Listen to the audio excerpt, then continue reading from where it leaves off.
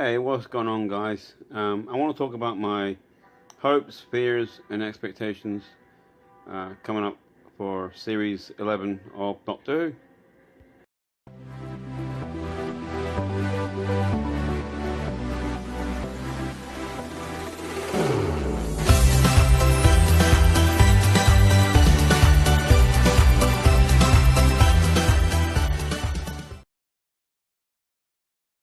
You may have noticed I've changed my shirt, but hey.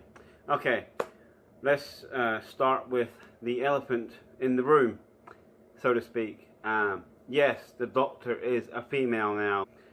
Oh my god, the Doctor's a female. Oh my god, this can never happen. No, no, no, no, no. I don't like the Doctor being a female. The Doctor's always got to be male. He was born a male. He's got to die a male. He's got to be a male for the rest of his life.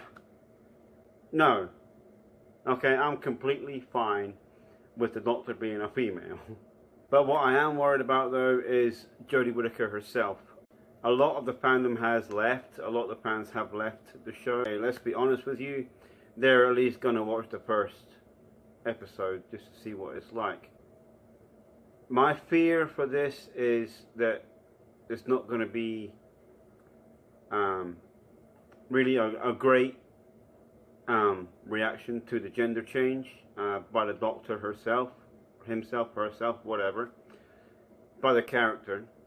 But on the other hand, the Master, when the Master changed gender, it wasn't really a big deal amongst the fans, and that's what really gets me. Okay, yeah, you can change the Master into female, but you can never have a female Doctor. Okay, the Doctor is an alien being from the planet Gallifrey who has the ability to regenerate into whichever form that character wants to be. The only thing I'm really worried about with Jodie is that I haven't really seen her in a lot. Bits and pieces over here and there. So I haven't really been able to form a complete opinion on her as yet. But from what I have seen, I'm not so sure that she would be a strong lead within the show itself. If you look at the past, okay, let's go from 2005. Christopher Eccleston, he was an extremely strong lead. David Tennant, he was a fantastic lead, very strong as well. Matt Smith, okay, he was a bit goofy, but he was the strongest character within that 3 series that he'd done. Peter Capaldi, again, a very, very strong lead, but I think he was let down by the weakness of the stories that he was given. So yeah, thinking that Jodie might not be a strong lead is my personal opinion. I really do hope that she proves me wrong and that she is going to be a fantastic lead. Pun intended. Moving on to the companions or best friends or side characters, whichever you want to call them. You've got Mandip Gill, who's going to be playing Jasmine or Yasmin. I'd expect it's called Jasmine. Indian girl. Tosin Cole. I'm going to call him Tosin Cole because calling him Tosin just, it doesn't seem right. Playing a character called Ryan. Obviously black male, young, probably late teens to mid-20s. Bradley Walsh, older actor. I do like Bradley Walsh a lot. He did work with Freema Agyeman on Law and Order UK, which I did watch and I did enjoy Bradley Walsh in that, so I think he's going to bring something different. And Sharon Clark, not really seen her in anything, but again, older black lady, not really sure what she's going to bring, but the consensus is that she is somehow related to the character that Bradley Walsh is going to be playing. So you got a good mix there of diversity. You got a young Indian girl, a young black guy, older white guy, older black lady, and of course female lead.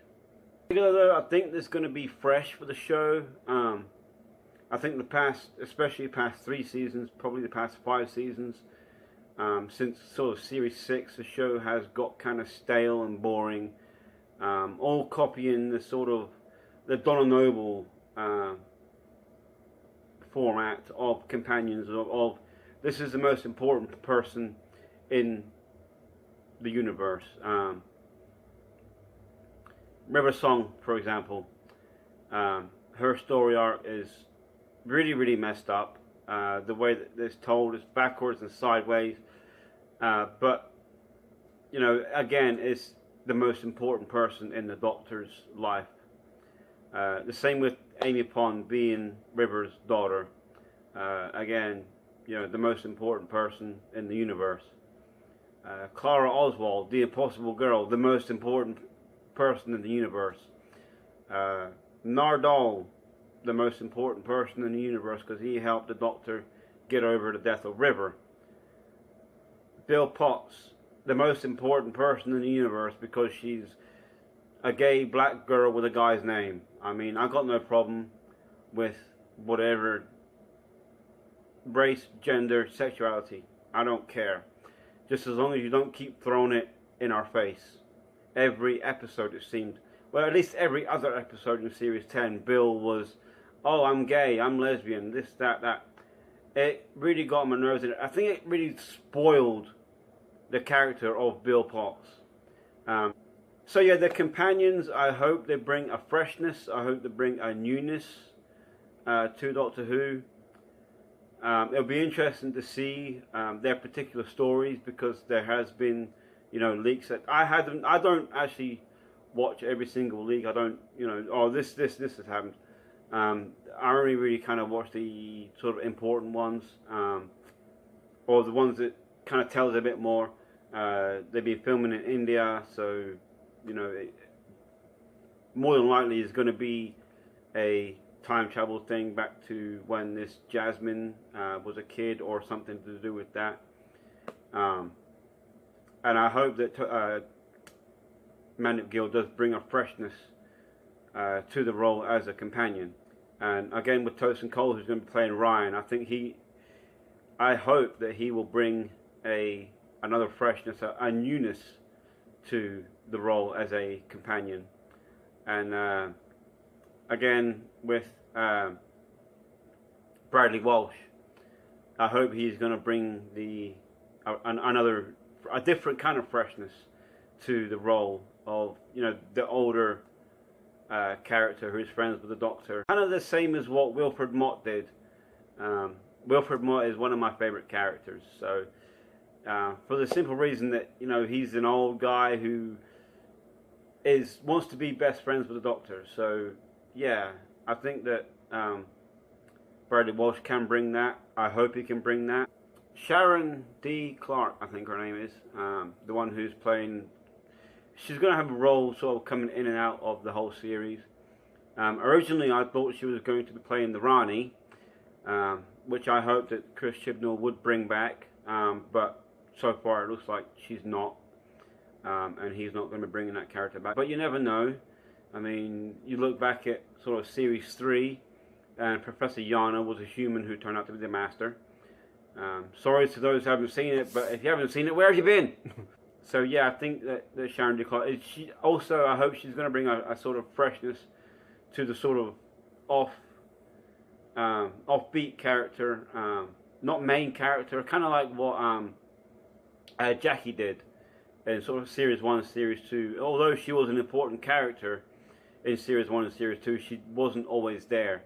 And with Francine Jones, Martha's mum, as well, although I will get to that in the next series review, but sort of coming in on and off as a sort of mature head or whatever. I hope she brings that sort of role back to the that sort of character. Now let's talk about the music for a start. Over the past 10 series, Murray Gold has been doing the music, and don't get me wrong, for the first sort of 6-7 series, it was fantastic music, it really was, but sort of since Peter Capaldi was the Doctor, the music got kind of repetitive and sort of remixed in a lot of things. Even though I do love Murray Gold's music. It did get kind of stale towards the end there. So I'm excited to see a new music person. So yeah, it'll be interesting to see what this guy brings. I cannot remember his name, but I'm going to look it up and it's going to come on the screen somewhere here or there, somewhere down there. But yeah, it would be interesting to see what this guy would bring to the sort of musical part of Doctor Who. I've already heard the sort of 13th Doctor theme tune that is on YouTube. That will be linked below, hopefully. I do like it. I think it's fresh. I think it's new. And I think this guy would bring, again, a freshness and a newness to the entire show. Okay, let's talk a little bit about Chris Chibnall.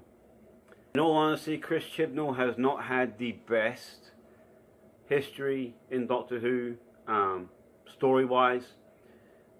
42, it wasn't a bad episode, but it was well paced. It was a well-paced episode, I thought. And then you got the Silurian two-parter from Series 5. It was good bringing back the Silurians, but again, sort of repetitive with the countdown thing. And then again with Unit as well, and I believe Series 7, The Power of Three, I think it was called. Again, that was, not strong, but not too weak either. So it's kind of sort of a not brilliant, but not, crap sort of episodes that have been written by Chris Chibnall. I think his strongest episodes come in Torchwood, especially Cyberwoman. I think that's a great Cyberman story. But again, Chris Chibnall did run Broadchurch, which was an absolutely fantastic series. Obviously, he tried to bring it over to the States and call it something else, which didn't quite work, but it's okay, because Broadchurch did carry on for, 3-4 seasons.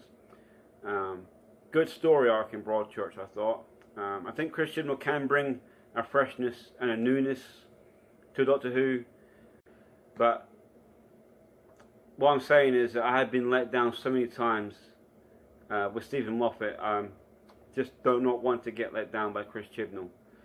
Building my hopes and expectations up, and of course in Series 11 there's going to be no two-part stories.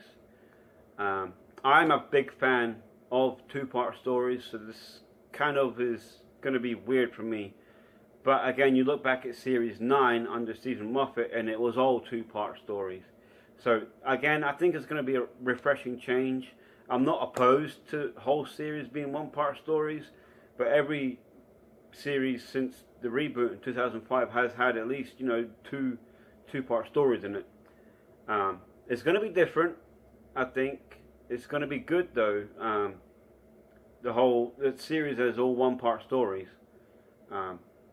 Sort of wrapping it all up and moving on to the next adventure, which I think is going to be good, especially for Jodie's Doctor. And there's going to be no Dalek stories in Series 11. I do actually love this idea of giving the Daleks a break, because the last decent Dalek story, as the Daleks alone, The Stolen Earth and Journey's End, which again is brought back Davros. So yeah, I think it's a good idea to give the Daleks a break. They weren't in Series 10 either, really. You just had that little one scene in the pilot, and then at the very end of Twice Upon a Time. Well, not the very end, but Twice Upon a Time, you had that sort of couple scenes there with Rusty. Although Into the Dalek was good, but I'm saying the last decent Dalek story we've had is The Stolen Earth and Journey's End. And yeah, give the Daleks at least one series, two series, maybe even 3 series to come back again and be more menacing, like they were in Dalek in Series 1. I think that story stands head and shoulders above all the other Dalek stories we had in the new series. and 50-minute long episodes instead of 45-minute long episodes. I think it's going to give more of a rounded story for the whole series. And finally, we get a new sonic screwdriver and a new TARDIS interior. I have seen the new sonic screwdriver. I'm not going to pass opinion on it until I've seen it in action. The new TARDIS interior, I have not seen it. I haven't even looked for it. I want to be surprised in the show when they go in and show the new TARDIS. I just think it's bad that they leaked this. I wish they wouldn't leak stuff like that, especially something as big as that. I wasn't too fussy about revealing the 13th Doctor's costume. I think it's a good costume. I just haven't seen it in action yet. I wasn't too fussy about revealing, you know, the Series 11 trailer, which it looks good. As a visionary, it looks good. You don't really get to know the Doctor too well in the trailer, which I think is a good idea. You don't really get to see the companions that much, apart from kind of looking concerned, so like that. But all in all, the trailer I think looked good. I think the series is going to be pretty good. One thing I'm worried about with Series 11 is that it's not going to hit the heights straight away that sort of Series 4, Series 3 did in the Russell T Davies era. And my fear is that it pretty much has to reach those heights straight away. Simply for the fact that, I'm trying not to go on about it, but simply for the fact that Jodie is the first female Doctor that we've had. That's the only reason I believe that this Series 11 has to reach the heights that the Russell T Davies era did reach, especially Series 3, Series 4 and the specials. But yeah, I expect Series 11 to be fresh, new, obviously, again, the first female Doctor, so there's going to be a lot more people coming to the Doctor Who fandom, a lot more people coming on YouTube and watching Doctor Who videos. Hopefully they subscribe to this channel, and they will subscribe to other Doctor Who YouTube channels as well, to get sort of if this is just their first jumping on point, Series 11, then they want to get a feel of the past sort of 55 years of Doctor Who. So I mean, there is a wide range of Doctor Who YouTube channels that do very good content. A lot of them are better than the content we do on this channel, but I'm just doing my best I can with my little phone camera and my background here, and my knowledge and opinions. So that's all that we ever try to give you on this channel is opinions, knowledge, and, you know, discussion. So yeah, in conclusion, Jodie Whittaker, I'm scared that she's not going to be a strong lead, but I really do hope she proves me wrong. Please, Jodie, prove me wrong. Chris Chibnall, again, his history in Doctor Who is not great. I prefer his stories in Torchwood, so maybe he can bring some of Torchwood to that, but again, it's a whole new era for Doctor Who. I'm just worried that it's going to be more of the same from Chris Chibnall, but again, I do hope that he proves me wrong. And the companions, or best friends as we're now calling them, I'm actually looking forward to them, to see different characters from different places in the world tell their story. I just really hope that it doesn't go to the fact of gender politics and three-way or third-way feminists or whatever. That I know that one particular YouTuber, I'm not going to mention his name, but he goes on and on about it, and honestly, it gets boring after a while. I'm just going to sit back, wait for Series 11 to come on, watch it, and then give my opinion on it when it's done. So anyways, guys, I hope that you enjoyed that video, and let me know, what's your hopes, fears, expectations for Series 11? let me know in the comments below. And if you are new around here, please consider subscribing for more Doctor Who content, more Torchwood content, more Doctor Who games, and we're going to, Elise is going to be doing some Sarah Jane Adventures videos as well coming up, and I'm going to be doing again some more of my sci-fi story. I'm writing it, and we also going to be doing some fan theories coming up, and be the first guys to be notified of our new videos by hitting that notification bell. And please like this video. Until the next time we see you guys, always try to be nice, never fail to be kind.